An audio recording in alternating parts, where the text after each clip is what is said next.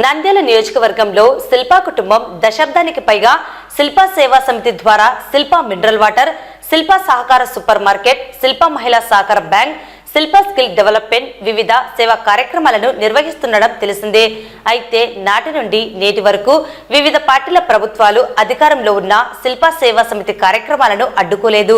కూటమి ప్రభుత్వం అధికారంలోకి వచ్చిన నాటి నుండి శిల్పా సేవా సమితి కార్యక్రమాలను నిలిపివేయాలని, ఖాళీ చేయాలని ఒత్తిడి తెస్తూ కేవలం రాజకీయ దురుద్దేశంతో కక్ష సాధింపు చర్యలకు మంత్రి ఫరూక్ పాల్పడుతున్నారని, రాజకీయంగా శిల్పా సేవా సమితి కార్యక్రమాలను అడ్డుకోవడం సరికాదని, అది వారి విఘ్నతకే వదిలేస్తున్నామని మాజీ ఎమ్మెల్యే శిల్పా రవిచంద్ర కిషోర్ రెడ్డి పేర్కొన్నారు. శిల్పా మహిళా సహకార బ్యాంక్ ద్వారా 138 మంది పేదింటి అక్కా చెల్లెమ్మలకు 21,84,000 రూపాయల విలువ గల చెక్కులను ఆయన ముఖ్య అతిథిగా హాజరై పంపిణీ చేశారు.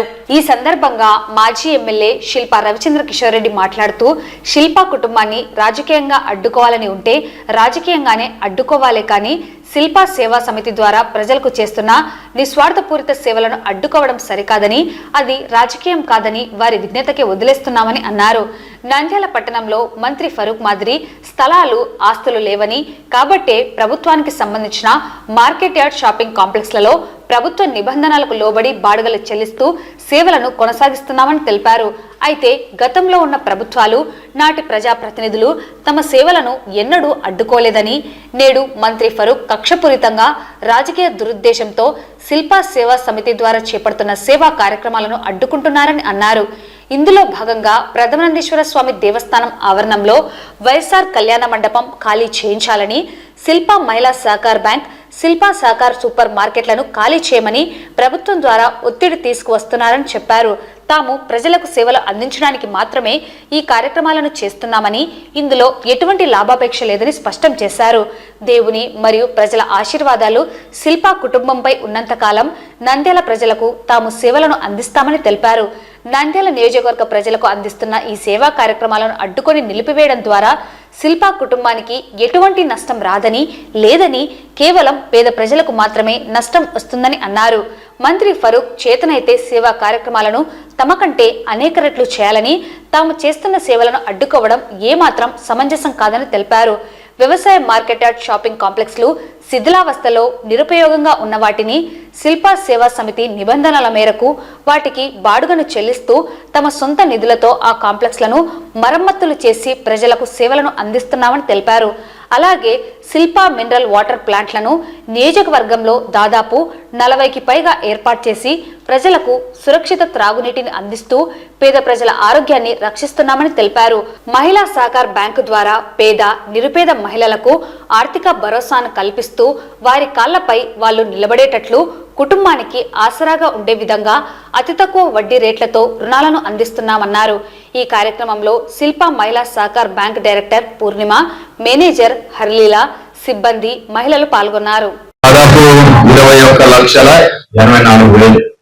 ఇది దాదాపు మీరు నెక్స్ట్ టైం ఏం రాయాలంటే ఎన్నిసార్లు ఇచ్చినామో కూడా రాయాలి. అంటే ఊరికే గుర్తు చేయడం కోసం, ఇన్ని సంవత్సరాల నుంచి ఇస్తున్నాము, ఇన్నిసార్లు ఇచ్చినాము, ఇంతమందికి ఇచ్చినాము, ఇంత సొమ్ము ఇచ్చినాము. అంటే మీకోసం అని కాదు, వాళ్ళు వింటారండి. కొంతమంది వినాల్సిన వాళ్ళు వినాలి. చెప్పకపోతే తెలియనట్టు ఊరికే నా వెంట అవుతున్నారు. కానీ తెలుసు, అన్ని తెలుసు. కానీ వాళ్ళు ఏంటంటే మంచి పేరు వస్తుంది కదా, వాళ్ళకి మంచి పేరు రాకూడదు, వాళ్ళకి మంచి పేరు రాకుండా చేస్తే సరిపోతుంది. మనకి మంచి పేరు వచ్చినా రాకపోయినా పర్లేదు, కానీ వాళ్ళకి మాత్రం రాదు. కొత్త సిద్ధాంతం. సో ఈ రోజు దాదాపు 138 మందిలో మొట్టమొదటిసారి తీసుకున్న వాళ్ళు దాదాపు 14 మంది ఉన్నారు. మొట్టమొదటిసారి పెద్దమ్మ కూడా మొదటిసారి, ఫస్ట్ టైం. అంటే 10,000 రూపాయలు అనుకో, 10,000 మీరు తీసుకున్నారు. ఈసారి ఎంత తీసుకున్నారు? అప్పుడు పొదుపు చేసింది నువ్వు అంటున్నా. అట్లా కాదు నేను అనేది, ఇదే ఫస్ట్ టైం బ్యాంకులో మొదటిసారి లోన్ తీసుకుంటున్నారు వాళ్ళు. అదే నేను ఆశ్చర్యపోతున్నా. మొదటిసారి తీసుకుంటున్నాను. ఏం చేస్తావమ్మా? వింపట్టన్నా వ్యాపారం కోసం. ఏం వ్యాపారం చేస్తావు? బొమ్మలు అమ్ముతావా? ఎక్కడి నుంచి చేస్తావు? బొమ్మలు తయారు చేస్తారా మీరే? హోల్సేల్ అంగడి నుంచి తెచ్చుకొని అమ్మాలనుకుంటున్నారు. ఓకే, ఎక్కడ పెట్టుకొని అమ్ముతారు? తిరునాళ్ళకి పోయేసి ఎక్కడ తిరునాళ్ళు జరిగితే అక్కడ పోయి అమ్మాలని. ఏం బొమ్మలు అమ్ముతారు? పిల్లలు ఆడుకునే బొమ్మలని హోల్సేల్ అంగడిలో కొనుక్కొని. నాకు తెలుసు ఖచ్చితంగా మనం ఇచ్చే ప్రతి బ్యాంకులో కావచ్చు, సూపర్ మార్కెట్ లో కావచ్చు, రైతు సహకారంలో కావచ్చు, మినరల్ వాటర్ ప్లాంట్ లో కావచ్చు, లేకపోతే కేబుల్ టీవీలో కావచ్చు. తెలుగుదేశం వాళ్ళు ఉన్నారు, వైసీపీ వాళ్ళు ఉన్నారు, జనసేన వాళ్ళు ఉన్నారు, బీజేపీ వాళ్ళు ఉన్నారు, ఎంఐఎం వాళ్ళు ఉన్నారు, అన్ని పార్టీ వాళ్ళు ఉన్నారు. మేము వాళ్ళకి చేస్తాం వీళ్ళకి చెయ్యమని చెప్పేసి ఏనాడు కూడా లేదు. మినరల్ వాటర్ మా వాళ్ళే తాగాలి, తెలుగుదేశం వాళ్ళు తాగకూడదు, లేకపోతే ఈ రోజు చేస్తున్నట్టు ఎప్పుడు కూడా మనం చెప్తుంది లేదు. కానీ ఈ రకంగా చేయడం అనేది ఎంతవరకు సబబో వాళ్ళే అర్థం చేసుకోవాలి. సో మరీ ముఖ్యంగా మళ్ళీ ఈరోజు దాదాపు 138 మందికి లోన్ డిస్ట్రిబ్యూషన్ 12వసారి అందరికంటే హైయెస్ట్. అంటే ఈ రోజు పనిచేయడానికి అంటే ఒక వ్యక్తి, ఒక అక్క, ఒక చెల్లెమ్మ 12 సార్లు తీసుకున్నారంటే దాదాపు 12 సంవత్సరాల నుంచి వస్తున్నట్టు. ఎందుకంటే ఒక్కసారి లోన్ తీసుకుంటే 10 నెలలు కదా, 10 నెలలు కట్టాలి, తిరిగి ఒక 2 నెలల తర్వాత మళ్ళీ ఇంకొకసారి అవకాశం వస్తుంది. సో సంవత్సరానికి ఒకసారి మాత్రం అవకాశం ఇస్తున్నారు. 12 సార్లు తీసుకుంటుంది అంటే అర్థం 12 సంవత్సరాల నుంచి అక్క లేకపోతే ఆ చెల్లెమ్మను 12 సంవత్సరాల నుంచి తీసుకుంటున్నారు. ఎంతో కొంత ఉపయోగం ఉంటేనే కదా వచ్చేది. ఎవరైనా అంతే కదా, ఊరికి వెళ్ళి ఒక దగ్గరికి వెళ్ళేసి మాకు డబ్బు కావాలని చెప్పి ఎవరు కూడా అడగం. నిజంగా అవసరం ఉంటేనే, నిజంగానే మనకి వేరే చోట అవకాశం లేకనే, మన ఇంట్లో అవకాశం లేకపోతేనే బయట తీసుకుంటాం. ఎవరి దగ్గర తీసుకుంటాం? ఎవరైతే అనుకూలంగా ఉంటారో, మొదటగా ఇంటి పక్కన వాళ్ళో, లేకపోతే మా అక్కనో, మా చెల్లెల్లో, లేకపోతే అన్ననో తమ్మున్నో అడుగుతాం. మీరందరూ అట్లా కుటుంబంగా భావించే కదా 12వసారి తీసుకోండి.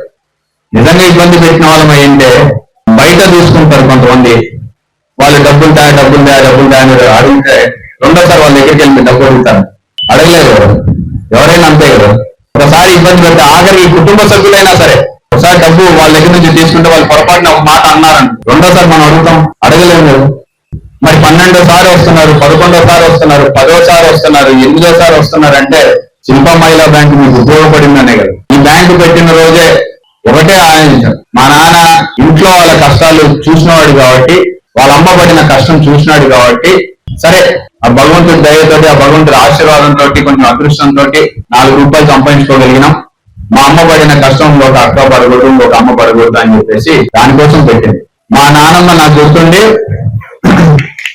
మా నాన్న 200 రూపాయలకి వ్యాపారం చేస్తుంటే, మొదటిసారి వ్యాపారం చేయాలంటే ఎవరు డబ్బులు ఇచ్చిన వాళ్ళు కూడా లేరు. అడిగితే అందరూ చిక్కుకోమని చెప్పిన వాళ్ళే నీటే చేసేవాళ్ళు. ఎందుకంటే ఆ రోజుల్లో ఏమీ లేని వాళ్ళని వెళ్ళి డబ్బులు అడిగితే ఏ నమ్మకంతో ఎవరు కూడా ఇవ్వలేరు. ఈయన వ్యాపారం చేస్తాడో పోగొడతాడో ఎవరికి తెలియదు కాబట్టి డబ్బులు ఇవ్వాలంటే అంత ఈజీగా ఇచ్చేవాడు. ఆ మంగళసూత్రం కొడుకు పెట్టి మరీ డబ్బులు ఇచ్చారు. ఒక కొడుకుగా అది ఎప్పటికీ మర్చిపోలేక, ఇంకొక తల్లికి అటువంటి ఇబ్బంది రాకూడదు, సరే మనకి చేతనైంద నేనేం దీనివల్ల మీ కష్టాలన్నీ తీరిపోయినాయి, మీ ఇంట్లో కష్టాలన్నీ బ్యాంకు తీర్చేసిందని నేను చెప్పడం. కానీ ఆ రోజుకున్న కష్టం, ఆ రోజుకి మీకు ఉన్నటువంటి అవసరం, ఆ రోజు మీరు దేనికైనా వాడుకోవాలనుకున్న దానికి మాత్రం ఇది ఉపయోగపడుతుంది. మీకు ఎటువంటి అసౌకర్యం ఉండదు అని చెప్పేసి నేను కూడా రావడం మానేస్తున్నా. నేను మళ్ళీ ఈ మధ్యనే వస్తాను. ఎందుకంటే కనీసం అప్పుడప్పుడు మాట్లాడాలి, ఒక నెలకు ఒకసారి రావాలి మనం. ఎందుకంటే ఏదైనా మేము సర్దిద్దుకోవాల్సినట్టు ఉంటే సరిదిద్దుకోవడానికి అవకాశం ఉండదు, లేదా ఇంకా మంచి కార్యక్రమం ఏదైనా చేయడానికి అవకాశం ఉంటే అది చేయడానికి అవకాశం ఇవ్వచ్చు అని చెప్పేసి నెలకు ఒక్కసారి ఈ మీటింగ్ వస్తే బ్యాంకు కూడా అడుగుపెట్టాం.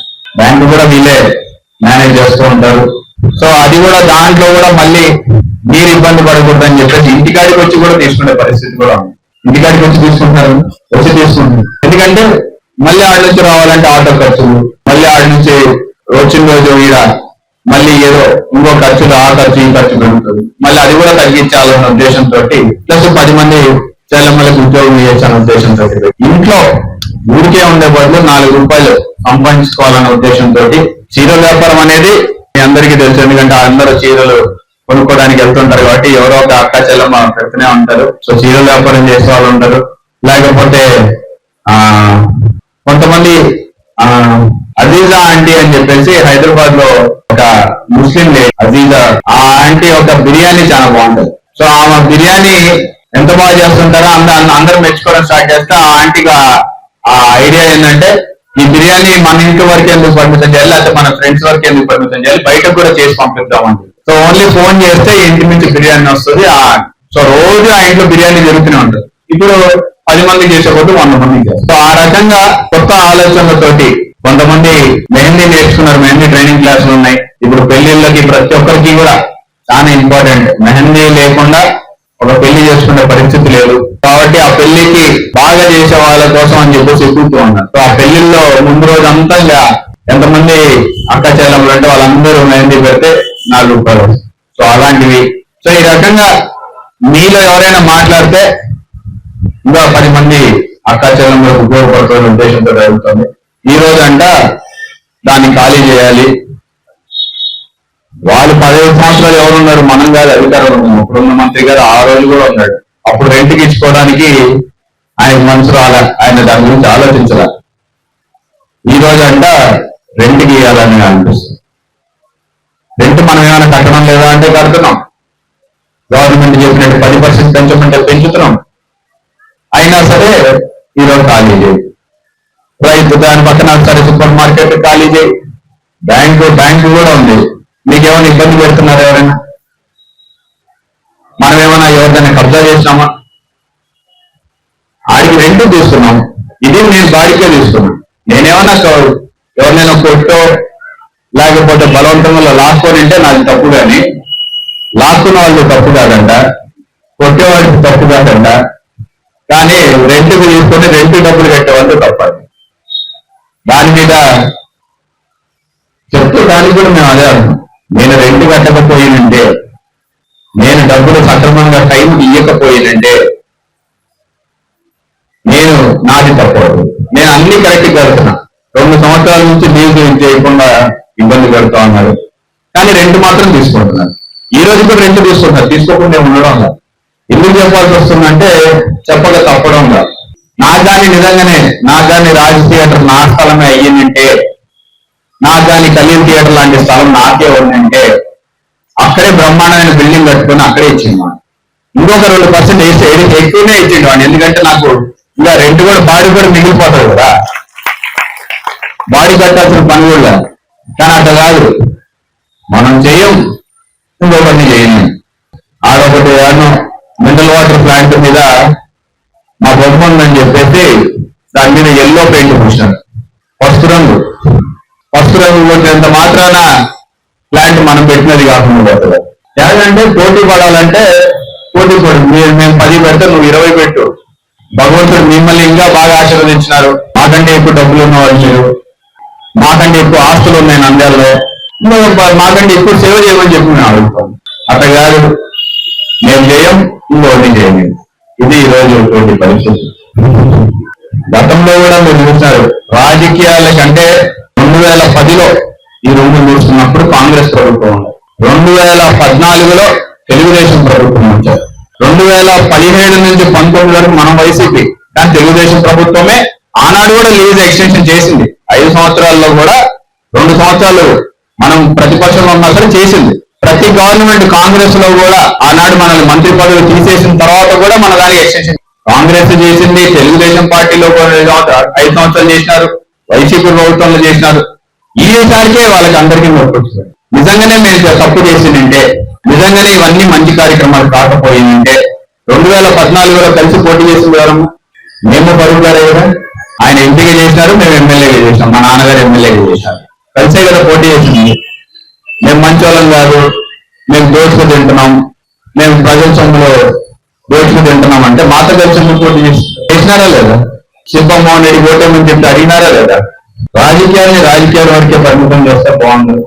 మాకు వచ్చిన నష్టం అయితే ఏం లేదనేది ఇప్పుడు మీకు ఎందుకు చెప్తున్నానంటే, ఇది వాళ్ళు వింటారు, చూస్తారు, వాళ్ళ దృష్టికి తీసుకెళ్తారు, మళ్ళీ దాని తర్వాత మళ్ళీ ఏదో ఒకటి మాట్లాడతారు. సో వాళ్ళు ఏం మాట్లాడతారో వినడానికే చెప్తాను.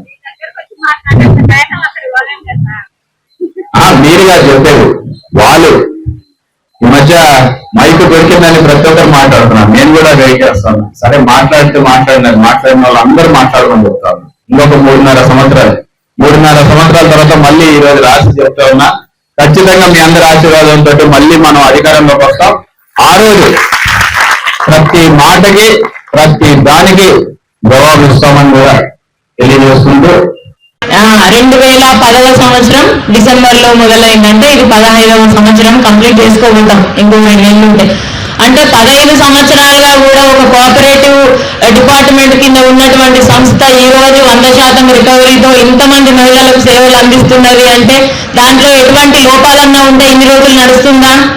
నడవదు. అంతే కదా, ఏ ఒక సభ్యురాలకైనా లోన్లో కానీ వాళ్ళు కట్టినటువంటి పొదుపులలో కానీ రికరింగ్ డిపాజిట్లలో కానీ ఫిక్స్డ్ డిపాజిట్లలో కానీ అవకతవకలు జరిగినట్టుగా ఉంటే బయటకు వస్తారు కదా. ఈ రోజు వరకు ఇలా నిజాయితీగా జరుగుతుంది అంటే దీన్ని వెనక ఉన్నటువంటి యాజమాన్యం ఎంతైతే శ్రద్ధ తీసుకుంటున్నారో దాన్ని మీరు అర్థం చేసుకోవాల్సి ఉంటుంది. ప్రతి ఒక్కటి వాస్తవమే. ఎందుకంటే ఈ సంస్థ ఇక్కడ ఉంది, ఇన్ని రోజులుగా ఇక్కడ ప్రయాణం చేస్తుంది అంటే అది మీ అందరి సహకారమే. ఈ సహకారం ఇంకా ఎల్లప్పుడూ ముందుకు పోవాలి అంటే కూడా మీరు కూడా ఇంకా సహకారం చేయాలి. ఎలా అంటే మనకు సారు వాళ్ళు సొంత నిధులు ఇస్తున్నారు, దాన్ని మనం సద్వినియోగం చేసుకుంటున్నాం. మనం బయట పొదుపుల్లో ఎక్కడైతే పొదుపు పెంచుకుంటూ వెళ్ళిపోతున్నాము, ఆ పొదుపు పెంచుకోవడం వల్ల కూడా మనకి లోన్ సైజు పెరుగుతూ ఉంది. లోన్ సైజు పెరిగిన తర్వాత మనం ఏమన్నా పొదుపులు విత్డ్రా చేస్తున్నామా అంటే లేదు కదా. అలాగే ఇక్కడ కూడా మనం పొదుపు పెంచుకుంటూ పొదుపులు విత్డ్రా చేసుకోకూడదు. లోన్ అయిపోయిన వెంబడే మనం పొదుపులు విత్డ్రా చేస్తున్నాం. కాబట్టి అలాంటివి చేయొద్దండి. ఎందుకంటే అలా చేయకపోవడం వల్ల మనకు లోన్ సైజు పెరిగే అవకాశం ఉంటుంది. అది 6 నెలలు పట్టొచ్చో 1 ఇయర్ పట్టొచ్చో. ఆ సహకారం చేయాలంటే మీ అందరి సహకారం కావాలి కదా. మా ఒక్కరితోనే కాదు, మీ చేయి కూడా కలవాలని మేము ఆశిస్తున్నాము. ఎన్నో సందర్భాల్లో ఈ అమౌంట్ చాలా ఉపయోగపడింది. వ్యాపారాలు పెంచుకోవాలి, అన్నీ నాకు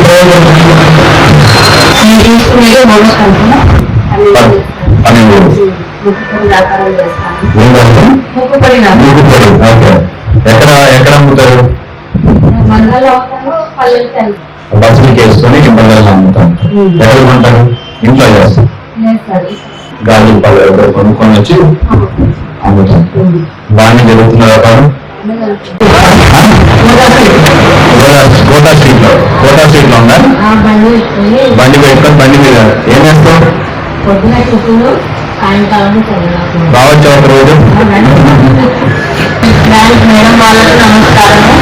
మేము ఇప్పుడు 5వ కంటే తీసుకుంటున్నాము. 5వ కంటలో మేము ప్రతిసారి మా టైలరింగ్ బాగా ఉపయోగపడుతుంది. టైలరింగ్ సెంటర్ ఉంది. మేము ఇప్పుడు ఉంటున్నాము. మా సొంత ఇల్లు అంటే అది మీరు ఇచ్చలేదు, మా చుట్టాల కంటే మీరు ఇచ్చలేదు. సొంత ఇల్లు చాలా నిజమైంది అంటే అది మీరు ఇచ్చలేదు. సమాధానం అయితే మీ బ్యాంక్ అయితే ఉచిత మినరల్ వాటర్ అయితే ప్రతి ఒక్కరు మీరు పెట్టుకోలేదు. ఉచిత మినరల్ వాటర్ అందరూ తీసుకుంటున్నారు. ఎవరు ఎక్కడ ఎవరు డబ్బులు ₹1 వసూలు చేయలేదు. అందరూ ఫ్రీగానే తీసుకుంటున్నారు. తీయకూడదు, సహకారం కూడా తీయకూడదు. సహకారం మేము ప్రతి నెల సరుకులు అక్కడే తెచ్చుకుంటాం.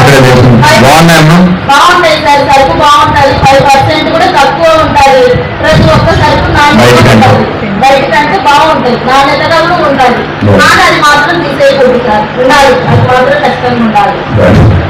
ఈ బ్యాంకు పెట్టక ముందు మీకు గుర్తుంది కదా మార్కెట్ యార్డ్ ఎట్లా ఉండదు? నిజంగా ఆ రోజు నేను చెప్పిన దాన్ని తప్పుందమ్మా. ఆ బిల్డింగ్ లో ఎవరైనా ఉండేవాళ్ళ? ఎన్ని బిల్డింగ్ ఖాళీగా ఉంది ఆ రోజు? ఒక రేషన్ షాప్ ఉండే అనుకుంటా. ఏం చేస్తున్నారు అక్కడ? ఏదో వ్యాపారం చేస్తున్నాం. బట్టలు తెచ్చుకొని అమ్ముతుంటారు. ఈ డబ్బు మీరు వ్యాపారానికి వాడతారా? వ్యాపారానికి వాడతారు. 7వసారి తీసుకుంటున్నారు. అంటే 7 సంవత్సరాల నుంచి వరుసగా తీసుకుంటున్నారు. ఎన్ని వేలు తీసుకుంటున్నారు ఇప్పుడు? 18,000 సంపాదించుకొని ₹4 కూడా పెట్టుకొని మీ పిల్లల్ని బాగా చూసుకుంటా ఉన్నారు.